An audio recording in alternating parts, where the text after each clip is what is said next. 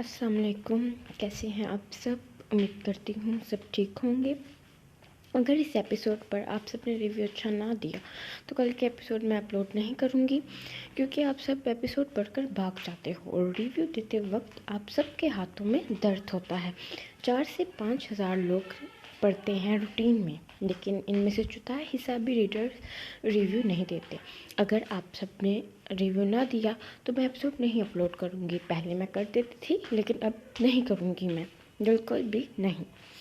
تو بنا وقت ضائع کیے بڑھتے ہیں آج کی ایپیسوڈ کی جانب۔ فنائے الہام از قلم انو انصاری، قسط نمبر 41، حصہ 2۔ خبردار دیو، اگر تم نے میری غلطی کی سزا خود کو دی۔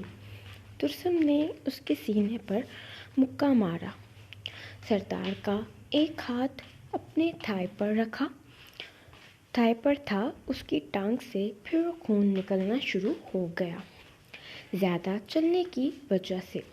پہلے وہ اسے اسکول چھوڑنے گیا، اس کے بعد واپس حویلی آنا، فائل سلیکٹ کر کے میٹنگ اٹینڈ کرنا، اور اب اتنی دیر اپنی بہن کے کمرے میں کھڑے ہو کر اپنے سالے سے لڑائی کرنا۔ اس سب میں وہ اپنی ٹانگ پر دھیان نہ دے سکا اور اب بے انتہا خون نکل رہا تھا۔ تم سے کوئی غلطی ہوئی ہے؟ اس کے ذہن میں خیال آیا، کہیں اس کی پری نے کوئی غلطی تو نہیں کر دی جس کی وجہ سے وہ اس طرح کے سوال پوچھ رہی تھی۔ مجھے اس بارے میں بات نہیں کرنی، بس تم ہمیشہ میرے ساتھ رہنا۔ ترسم نے اس کے رخسار پر بوسہ دیا اور سینے پر سر رکھ دیا، اپنی ٹانگ کا درد بھلائے آنکھیں موندے اس کے گرد حصار قائم کیا۔ دیو، تم لالا سے کیوں جھگڑتے ہو؟ جیسے میں تمہاری بیوی ہوں، رہا بھی تو لالا کی بیوی ہے۔ اسے منانے کے لیے ترسم اس کے بالوں میں ہاتھ پھیرنے لگی، حالانکہ سردار کو پسند نہیں تھا کوئی اس کے بالوں کو ہاتھ لگائے، لیکن اسے اس کی بیوی کا لمس سکون دے رہا تھا۔ بالکل صحیح کہا، جیسے تم میری بیوی ہو، میری بہن تمہارے لالا کی بیوی ہے، لیکن جو چال تمہارا لالا چل رہا ہے اس سب کو سمجھنے کے لیے تم اور میری بہن ابھی بہت چھوٹی ہو، اور تمہارے اس کم عمر لالا کو لگتا ہے کہ وہ میرے ساتھ میدان میں پورا اترے گا۔ الہام نے نہایت ہی پیار سے اس کے بال کان کے پیچھے کرتے اسے سمجھایا۔ وہ غصہ کرتا تو اس کی 4 فٹی بیوی اس سے ناراض ہوتی اور لڑنا شروع ہو جاتی۔ اسے صرف ایک یہی راستہ نظر آیا، اپنی بیوی کو پیار سے منانے کا۔ دیو، ترسم اسے پکار کر اس کی داڑھی کے ساتھ چھیڑ چھاڑ کرنا شروع ہو گئی، کبھی اس کی مونچھ اوپر نیچے کرتی، کبھی بال بکھیرتی تو کبھی اس کے رخسار کھینچتی۔ تمہارے ہاتھ بہت جل رہے ہیں۔ میں کسی کو اپنے بالوں اور داڑھی مونچھ کو ہاتھ نہیں لگانے دیتا، اور تم کب سے ان کے ساتھ کھیل رہی ہو؟ الہام نے اس کے نرم ہاتھوں پر اپنے بھاری ہاتھ رکھ کر محبت باش نظروں سے اس کی نیلی آنکھوں کو دیکھا۔ اس کی خوبصورت آنکھیں ہمیشہ کی طرح اس مرتبہ بھی سردار کو اپنے سحر میں جکڑ رہی تھی۔ اچھی بات ہے تم کسی کو ہاتھ نہیں لگانے دیتے، کیونکہ ان کے ساتھ کھیلنا، تمہارے بالوں کو بکھیرنا صرف تمہاری سردارنی کا حق ہے۔ اس کے حق جمانے پر سردار مسکرایا۔ اسے حق جماتی ہوئی اپنی سردارنی بہت پسند تھی۔ ترسم خود کو اس کے ساتھ مصروف کرنے کی کوشش کر رہی تھی تاکہ ذہن سے وہ باتیں نکل جائیں۔ دیو، تم نے اتنے سال بعد کیسے پہچانا مجھے؟ اس کی گردن میں بازو حائل کیے نظریں اس کی سبز آنکھوں پر مرکوز کی تھی، جیسے انسان سانس لینا نہیں بھول سکتا، ویسے ہی میں اپنی پری کی نیلی آنکھیں نہیں بھلا سکتا۔ تمہاری ان نیلی آنکھوں کو میں بھیڑ میں بھی پہچان سکتا ہوں۔ تمہاری خوشبو مجھے تمہاری طرف کھینچتی ہے۔ دلہام خان زادہ نے تمہاری روح سے عشق۔ وہ خاموش ہو گیا، بات ادھوری رہ گئی۔ عشق کے آگے کاف لگائے بغیر اسے ادھورا چھوڑ دیا۔ اس کا ادھورا عشق بولنا اس کے مکمل عشق کو واضح کر گیا۔ ترسم اس کے الفاظ میں کھو گئی۔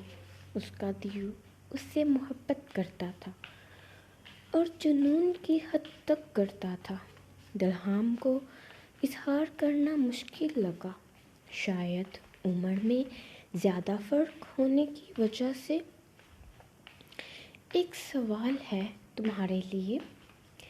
اس کی پیشانی کے ساتھ پیشانی ٹکائی۔ اس نے ہاں میں سر ہلا کر سوال پوچھنے کی اجازت دی۔ جب تم جوانی کی دہلیز پر مکمل طور پر قدم رکھو گی، میں تو بوڑھا ہو جاؤں گا، تو کیا اس وقت تم اس بڈھے کے ساتھ رہو گی؟ دلہام نے اس کی آنکھوں میں جھانک کر پوچھا۔ اس کا سوال سن کر اس کی سردارنی اس کا غور سے جائزہ لینے لگی۔ سبز آنکھیں، سرخ و سفید رنگت، واللہ اس کے گلابی لب جو براؤن رنگ میں تبدیل ہو رہے تھے، تھوڑی سی بھاری داڑھی، بھاری مونچھیں، بالکل سرداروں کی طرح۔ اپنی پری کے جانے کے بعد اس نے اپنے بال پہلے جیسے بڑھا لیے تھے۔ اب اس کا فوجی کٹ نہیں تھا، وجیہہ شخصیت کا مالک، رعبدار آواز، چوڑا سینہ، بازو کی ابھری ہوئی رگیں، آنکھوں کے نیچے ہلکے کالے نشان اس کی سفید رنگت کو اور زیادہ ابھار رہے تھے۔ براؤن گھنے بال، وہ اس میں مہو ہو کر اسے بے انتہا غور سے دیکھ رہی تھی۔ اس کی خوبصورتی بیان کرنے کے لیے اسے الفاظ نہ ملے۔ دن بدن وہ مزید خوبصورت ہو رہا تھا۔ اس کا سردار اسے مہو ہو کر دیکھتا تھا، اور آج اس کی سردارنی اسے محبت باش نظروں سے دیکھ کر اپنے دل میں نقش کر رہی تھی۔ دل اگر باہر نکال کر رکھ دو تو زندہ رہوں گی؟ جواب کے بدلے میں سردار کو سوال ملا۔ نہیں، اس نے یک لفظی جواب دیا۔ ترسم اس کی مونچھیں سہلانے لگی۔ میری یہی حالت ہوگی اگر کبھی جدا ہوئے تو۔ جانے انجانے میں وہ بے انتہا گہرائی والے الفاظ ادا کر گئی۔ سردار نے تعجب سے اسے دیکھا۔ وہ اس کی محبت میں مبتلا تھی۔ دل کی دھڑکن بے قابو ہو گئی۔ دل پسلیاں توڑ کر باہر آنے کو بے تاب تھا۔ دیو، ترسم نے اس کی آنکھوں کے سامنے چٹکی بجائی تو جیسے وہ ہوش میں آیا۔ سردار نے نظریں نیچے کر لی۔ وہ کھو رہا تھا اس میں، اور ابھی یہ صحیح وقت نہ تھا خود پر اپنے جذبات کو حاوی کرنے کا۔ دیو، تم شرماتے بھی ہو؟ سردار کا سرخ چہرہ دیکھ کر وہ مسکرا کر بولی۔ سردار نے آئینے میں اپنا عکس دیکھا۔ وہ سرخ ہو رہا تھا، لیکن کیوں؟ وہ تو اپنے سالے سے کہہ کر آیا تھا، میری ڈکشنری میں شرم لفظ نہیں ہے، اور اب اس کی بیوی نے اسے شرمانے پر مجبور کر دیا تھا۔ ترسم اس کے چہرے کی سرخی کو دیکھ کر محسوس ہو رہی تھی۔ اس کا دیو شرما رہا تھا۔ مجھے ایک کام ہے، میں تھوڑی دیر یعقوب کے پاس جا رہا ہوں، اس کی طبیعت ٹھیک نہیں ہے۔ نقاب کر کے نیچے آ جانا، مجھے بہت بھوک لگی ہے، تمہارے بغیر کھانا شروع نہیں کروں گا۔ اسے بیڈ پر بٹھایا تو ترسم نے اسے گیرے بان سے پکڑا اور آئیبرو جھکائے، جیسے پوچھنا چاہ رہی تھی کہاں بھاگ رہے ہو؟ سردار اس کی آنکھوں، پیشانی اور رخسار پر مہر ثبت کر کے کمرے سے چلا گیا۔ ترسم مسکرانے لگی۔ اس کا دیو اس سے ہر شخص سے زیادہ محبت کرتا تھا۔ اس کی نظر زمین پر گرے خون پر نہ گئی۔ میرے دیو، تم بوڑھے ہو جاؤ گے تب بھی تمہاری پری تمہارے ساتھ رہے گی، چہرے پر ہاتھ رکھ کر شرماتے ہوئے کہا۔ وہ اپنی خوشی میں گم تھی جب اس کا موبائل رنگ ہوا۔ سائڈ ٹیبل کے دراز سے موبائل نکالا، حویلی آ کر اس نے موبائل میں سم ڈال لی تھی۔ موبائل پر لالا لفظ جگمگا رہا تھا۔ ذہن تھوڑی دیر کے لیے یاور مرزا کی باتوں سے ہٹا تھا، اب پھر وہی باتیں ذہن میں گردش کرنے لگی۔ کال پک کر کے موبائل کان کے ساتھ لگایا۔ کیسی ہو؟ دو لفظ اس کے کانوں کے ساتھ ٹکرائے۔ ٹھیک، ڈرتے ہوئے جواب دیا۔ یاور کو اس کی آواز بھاری محسوس ہوئی۔ ترسم کی آنکھوں سے آنسو بہہ رہے تھے۔ رو رہی ہو؟ سوال کیا، لیکن اس سوال کا ترسم نے کوئی جواب نہ دیا۔ دل درد سے پھٹنے والا ہو گیا۔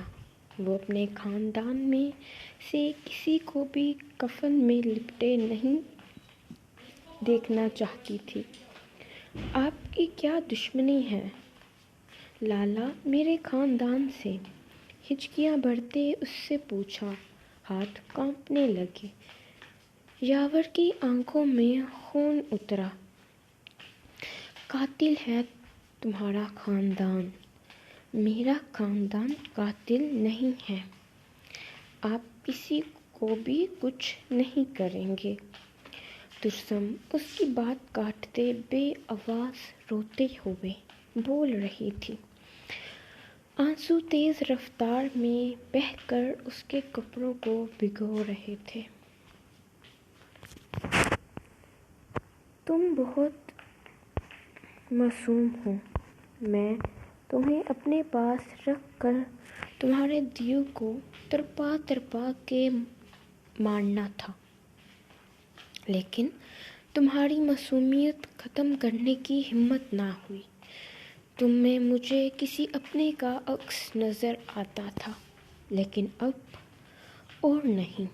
یا تو میں تمہارے دیو کو ختم کروں گا یا پھر اس کے خاندان کو، جیسے اس نے میرے خاندان کو قتل کیا تھا۔ یاور مرزا وحشت ناک لہجہ اپنا کر بولا۔ ترسم کے رونے میں مزید تیزی آئی، جسم ہچکولے کھا رہا تھا۔ آپ مجھے مار دو، میرے دیو اور میری فیملی کو چھوڑ دو۔ لالا، وہ زاروں قطار رو رہی تھی، آنسو تھمنے کا نام نہیں لے رہے تھے۔ یاور نے موبائل کی طرف دیکھ کر نفی میں سر ہلایا۔ تمہیں نہیں مار سکتا، کیونکہ مجھے تمہیں دیکھ کر کوئی یاد آتا ہے، لیکن تمہارے اس دیو کو ختم کر سکتا ہوں۔ چلو ایک کام کرو، میں تمہیں دو آپشن دیتا ہوں، ایک چوز کرنا۔ پہلا، میں تمہارے دیو کو قتل کر دوں، دوسرا، میں اس کے خاندان کو قتل کر دوں۔ وہ بے حد شفاف بن کر اس نے الفاظ ادا کیے۔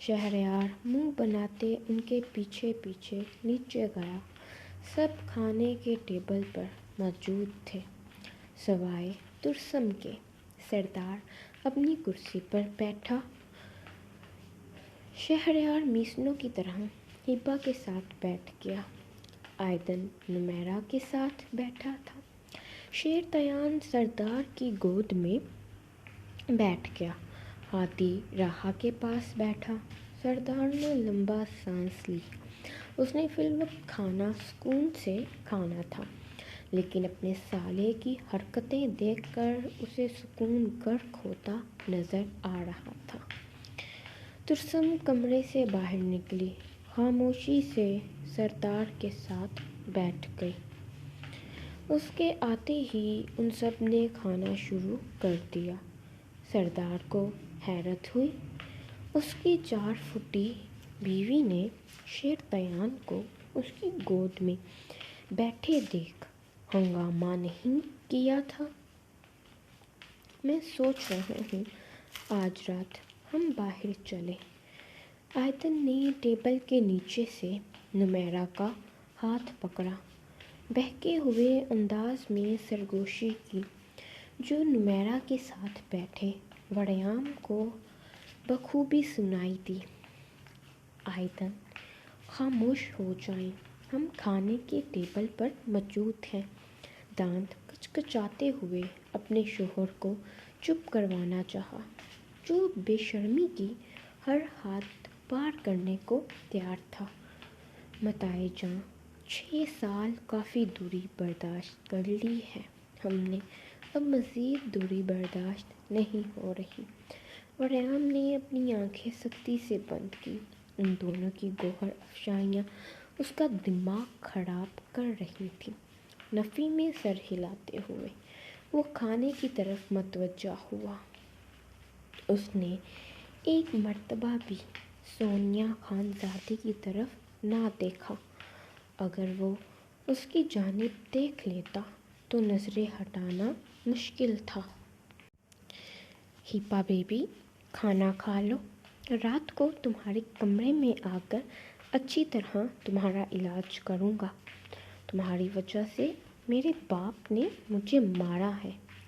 شہریار نے مسکرا کر کھانے کا چمچ منہ میں ڈالتے ہیبا کا ہاتھ ٹیبل کے نیچے سے پکڑا۔ بمشکل چہرے پر مسکراہٹ سجائے بائیں ہاتھ سے ہیبا نے چمچ منہ میں ڈالا۔ وڑیام خان زادہ نے لمبا سانس خارج کیا۔ اس کے بائیں جانب شہریار صاحب بیٹھے تھے، جو اپنی بیوی کے ساتھ گوہر افشائیاں کرنے میں مصروف تھے۔ میری وجہ سے کچھ نہیں ہوا۔ آپ کو کس نے کہا تھا کہ آدھی رات کو میرے کمرے میں آئیں اور اپنے انکل، میرا مطلب بابا سے مار کھائیں؟ ہیبا نے دوسرا چمچ منہ میں ڈالا اور کندھے اچکا کر کہا۔ شہریار نے پختہ ارادہ کیا تھا کہ وہ اسے اچھی طرح سبق سکھائے گا۔ متائے جاں، پھر ڈن کریں، آج رات باہر گزاریں گے۔ نمیرا نے التجائی نظروں سے اسے دیکھا کہ فی الوقت خاموش ہو جاؤ، اس بارے میں بعد میں بات کریں گے۔ آئدن نے شہادت کی انگلی سے اپنی بیوی کے ہاتھ کی پشت پر نہیں لکھا۔ نمیرا بے بسی سے سر جھکا کر بریانی کھانے لگی۔ ہیبا بیبی، میں سوچ رہا ہوں موڑے کو تب بتائیں جب اللہ ہمیں خوشخبری دے، پھر موڑے ناراض بھی نہیں ہوں گی۔